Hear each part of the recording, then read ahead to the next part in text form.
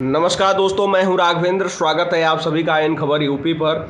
देश में मुसलमानों की सबसे बड़ी जमात जमीयत उलेमा ए हिंद के पिछले लंबे समय से चल रहे विलय के प्रयास विफल हो गए हैं। इस दिशा में लगातार अपनाई जा रही प्रक्रिया को भी रोक दिया गया है। एक गुट के सचिव नियाज अहमद फारूकी की माने तो मौलाना अरशद मदनी ने विलय के उनके प्रस्ताव को स्वागत योग्य नहीं माना है, इसीलिए एकीकृत को लेकर अपनाई जा रही प्रक्रिया को समाप्त कर दिया गया है। मंगलवार को महमूद मदनी गुट के सचिव नियाज अहमद फारूकी ने बताया कि जमीयत के विलय के संबंध में हमारी ओर से जो संदर्भ प्रस्तुत किया जा रहा है उससे कहीं ना कहीं यह धारणा बन रही है कि हमने समझौते की प्रक्रिया को एक तरफा समाप्त कर दिया है।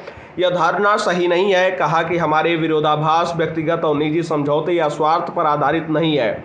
हमारे लिए व्यक्ति से अधिक संगठन महत्व है और सर्वोपरि होना और व्यक्तित्व पर सांगठनिक प्राथमिकता, एकता और विलय के लिए संगठन की गरिमा को कुर्बान नहीं किया जा सकता और न ही जमीयत के लिए बलिदान देने वाले निष्ठावान कार्यकर्ताओं की सेवा की उपेक्षा की जा सकती है।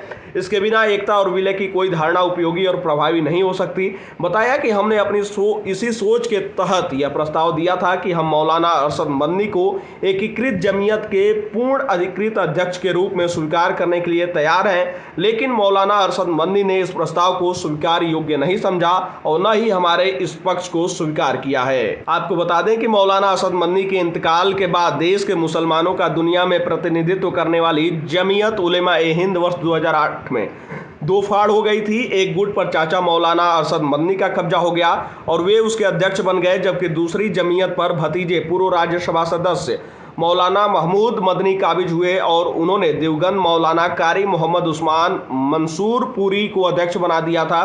खुद संगठन में महासचिव बने थे। कारी उस्मान की मौत के बाद कार्यकारिणी ने सर्वसम्मति से मौलाना महमूद को अध्यक्ष चुन लिया था। संगठन के अलग होने के 7 साल बाद यानी वर्ष 2015 से जमीयत के विलय के प्रयास शुरू हो गए थे। इसको लेकर जमीयत के दिल्ली स्थित मुख्यालय पर कई दौर की बैठकें भी हुई, जिसमें विलय को लेकर विचार मंथन हुआ। दोनों जमीयतों के एक होने के प्रयास उस समय कारगर साबित होते नजर आए, जब मौलाना महमूद की ओर से देवबंद में 29 मई 2022 को हुए प्रबंधन कमेटी के इजलास में मौलाना अरशद मदनी ने भाग लेते हुए विलय के प्रयासों का समर्थन किया।